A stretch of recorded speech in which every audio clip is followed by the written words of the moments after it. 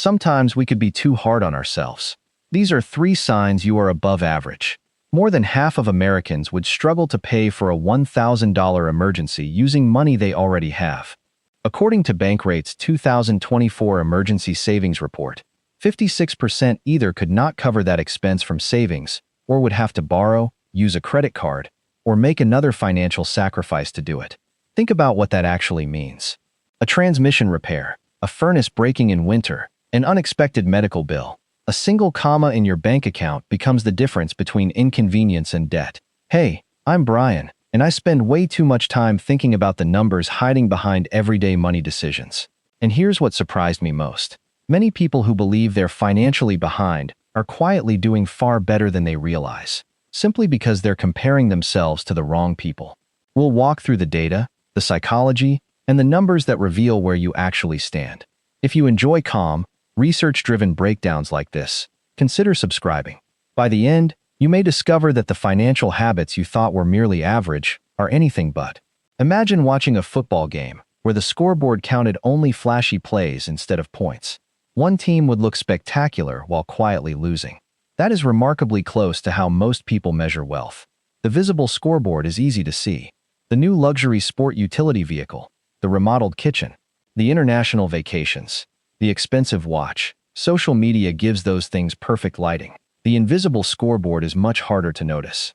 Cash reserves, retirement contributions, low debt, a growing investment portfolio. These rarely appear in photographs, yet they determine who sleeps well when life becomes expensive.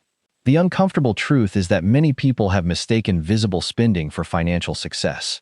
Once you replace that scoreboard with one built on actual data, 3 signs begin to emerge. If you recognize yourself in them, you may already be much further ahead than you've been giving yourself credit for. If you're new here and just subscribed, comment your name below. I read every comment and shout out new subscribers in my next video. I appreciate you joining me on this finance journey. The first sign sounds almost disappointingly simple. You have money set aside for emergencies. That hardly feels like an achievement until you look at the numbers. The Federal Reserve's 2023 Survey of Household Economics and Decision-Making found that roughly 22% of adults had no emergency savings at all. Another 22% reported having less than 1 month of living expenses saved. Combined, that means approximately 44% of Americans have little or no financial cushion when life inevitably becomes expensive. Now consider Maria. Maria is 38 years old. She works as a project coordinator and earns about $74,000 a year. One Tuesday morning, her car begins making a grinding noise. The repair estimate comes back at $1,800 for a transmission problem. Her coworkers immediately begin discussing financing options and credit cards with promotional interest rates. Maria quietly transfers the money from her emergency savings account and authorizes the repair. The real cost of the repair wasn't $1,800. For someone paying 18 to 25% credit card interest while making minimum payments, that same repair could easily cost several $100s more before the balance disappears. It might also mean delaying retirement contributions or carrying financial stress for months afterward. Maria's emergency fund didn't simply pay for a repair. It protected every financial decision that came after it. This is where most people underestimate their own position. They think an emergency fund is either complete or incomplete. In reality, it exists on levels. Level 1 is having around $1,000 available for true emergencies. It is not perfect, but it prevents many small financial setbacks from becoming expensive debt. Level 2 is having 1 full month of living expenses saved. Based on Federal Reserve data, reaching this point already places you ahead of a surprisingly large share of households because nearly half have not crossed that line. Level 3 is having 3 to 6 months of expenses in liquid savings. This is where job loss, medical leave, or major repairs become manageable financial events instead of personal crises. Notice what none of these levels require: a 6-figure salary, a luxury career, or perfect financial decisions. They simply require consistency over time. If you already have even 1 month of expenses sitting in a savings account, it may feel ordinary because you see it every day. Statistically, it is not ordinary at all. You are comparing yourself against people displaying expensive lifestyles, while the data suggests many of those same households may have almost no financial margin when something goes wrong. Before we go any further, I want you to remember 2 people. Jason is 47 years old and earns $130,000 a year. He drives a new luxury sport utility vehicle, upgrades his phone every year, and rarely misses an overseas vacation. Daniel is also 47. He earns $85,000 a year, drives a reliable 8-year-old sedan, contributes 15% of every paycheck toward retirement, and quietly ignores lifestyle trends. For now, don't decide who's winning. Just hold on to those two names. By the end of this conversation, the numbers behind their lives will tell a very different story than their appearances do. Now let's look at the second sign, because this is where many financially responsible people completely misjudge their progress. Most people compare themselves to headlines about million-dollar retirement accounts or someone on social media announcing they retired at 45. Those stories are real, but they are not the median. They are the highlight reel. Fidelity's 2024 analysis of more than 45 million retirement accounts paints a much colder picture. The median 401k balance for people in their 20s is approximately $5,000. For people in their 30s, it is about $11,000. In their 40s, roughly $36,000.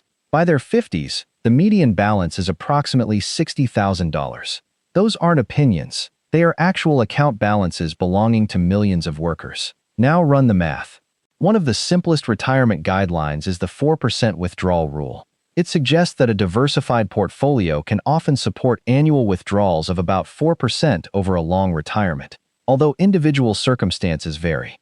4% of $60,000 is $2,400 per year. That works out to just $200 per month. $200. That is not enough to replace an income. It barely covers a grocery bill in many households. A financial planner once described a meeting with a 45-year-old client named Eric. Eric walked into the office convinced he had failed. He had accumulated $120,000 for retirement and felt embarrassed because he kept reading stories about people his age with $500,000 or more. Then they compared his balance to the actual median data. Eric wasn't behind the average worker. He was significantly ahead of it. His problem wasn't his savings. His benchmark was unrealistic. That distinction matters because discouragement causes people to stop contributing just when compounding becomes more powerful. Imagine someone who is 35 years old, with $40,000 already invested for retirement. They contribute 15% of an $80,000 salary every year and increase those contributions as income rises. Assuming a long-term annual return, consistent with historical diversified equity markets over several decades, that investor could reasonably approach or even exceed $1 million by retirement age. Not because they found a secret investment, not because they traded perfectly, because they kept adding money while time did most of the work. If you've never checked where your retirement balance stands against actual median data instead of internet success stories, it's worth spending 5 minutes with a retirement calculator. Sometimes the most valuable thing you can gain isn't a higher return, it's a more accurate benchmark. The strange reality is this: you can feel behind while statistically being well ahead. Those are two completely different conditions. The third sign is where the gap between feeling wealthy and becoming wealthy grows the widest. Saving money is essential. Stopping there is expensive. Inflation quietly reduces what idle cash can buy over time. According to the Bureau of Labor Statistics, prices have risen substantially over the past several years, meaning money sitting in a checking account, earning almost nothing, steadily loses purchasing power. Imagine leaving $10,000 untouched in an account, earning virtually zero interest for 30 years. The number on the statement might still read $10,000. Its purchasing power almost certainly will not. Now imagine that same $10,000 invested in a broadly diversified stock market portfolio, earning approximately 10% annually, before inflation over a long historical period. Over 30 years, without adding another dollar, it grows to well over $170,000 before taxes and inflation adjustments. Same starting point, completely different ending. The difference isn't income, it's behavior. Gallup's 2023 survey found that only about 53% of American adults own stocks in any form, whether directly or through retirement accounts. Almost half of adults never participate in one of history's greatest long-term wealth-building machines. Even among those who do invest, another obstacle appears. The Internal Revenue Service reported that only about 14% of eligible 401k participants maxed out their contributions during 2023. Most people never reach the contribution limits. and many of those who do invest still reduce their own returns through emotion. Dalbar's long-running quantitative analysis of investor behavior has repeatedly shown that the average equity investor underperforms the broader market by roughly 3 to 4 percentage points annually, largely because they buy after prices rise and sell after prices fall. Behavior creates the gap, not intelligence. A friend of mine, Michael, is one of the smartest engineers I've ever met. During the market decline in early 2020, he watched his retirement account fall week after week. Every headline predicted something worse. Every conversation reinforced the fear. He finally sold nearly everything. The decision felt logical. It also locked in his losses. Months later, markets had begun recovering. By the time he felt comfortable buying again, prices were dramatically higher than where he had sold. His mistake wasn't choosing bad investments. His mistake was allowing temporary fear to become a permanent financial decision. That single emotional reaction likely cost him tens of thousands of dollars in future compounding. The market has never rewarded perfect timing consistently. It has rewarded patient participation. That's why the real edge is surprisingly boring. It isn't finding the next spectacular investment. It is removing yourself from the cycle of emotional decision-making and allowing compounding to work uninterrupted for decades. Sophistication helps. Consistency wins. Remember Jason and Daniel. From the outside, Jason appeared successful. $130,000 of annual income. Luxury vehicle. Designer clothes. International vacations. His neighbors assumed he was wealthy. At 47 years old, however, Jason's net worth is $90,000. Most of his income has been consumed by maintaining the appearance of success instead of quietly building it. Every expensive upgrade carried an opportunity cost that never appeared on a monthly statement. It appeared in the compounding he gave up year after year. Daniel looked almost invisible by comparison. $85,000 of annual income, reliable older car, consistent retirement contributions equal to 15% of every paycheck. No dramatic lifestyle signals. At 47, Daniel's net worth is $510,000. The visible scoreboard declared Jason the winner.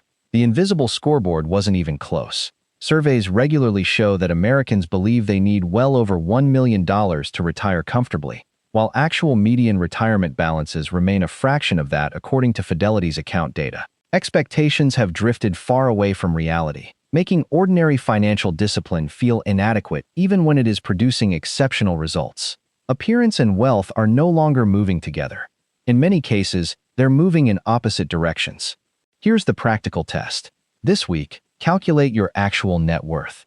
Add everything you own: cash, investments, retirement accounts, and property. Then subtract every liability, including mortgages, car loans, credit cards, and other debt. Compare that number with age-based median wealth data from the Federal Reserve's Survey of Consumer Finances, not with someone's carefully edited online lifestyle. Next, strengthen your financial foundation. If you don't already have it, build at least 3 months of living expenses in a high-yield savings account. That reserve isn't there to earn impressive returns.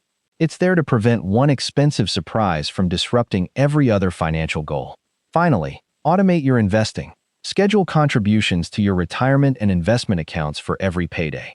Then make those investments difficult to interrupt. Remove the temptation to react to every headline, every market drop, and every prediction. Your greatest financial enemy is rarely the market itself. It is your own impulse to interfere with a system that already works. The visible scoreboard measures how wealthy someone looks. The invisible scoreboard measures how financially secure they actually are. Only one of those keeps score accurately.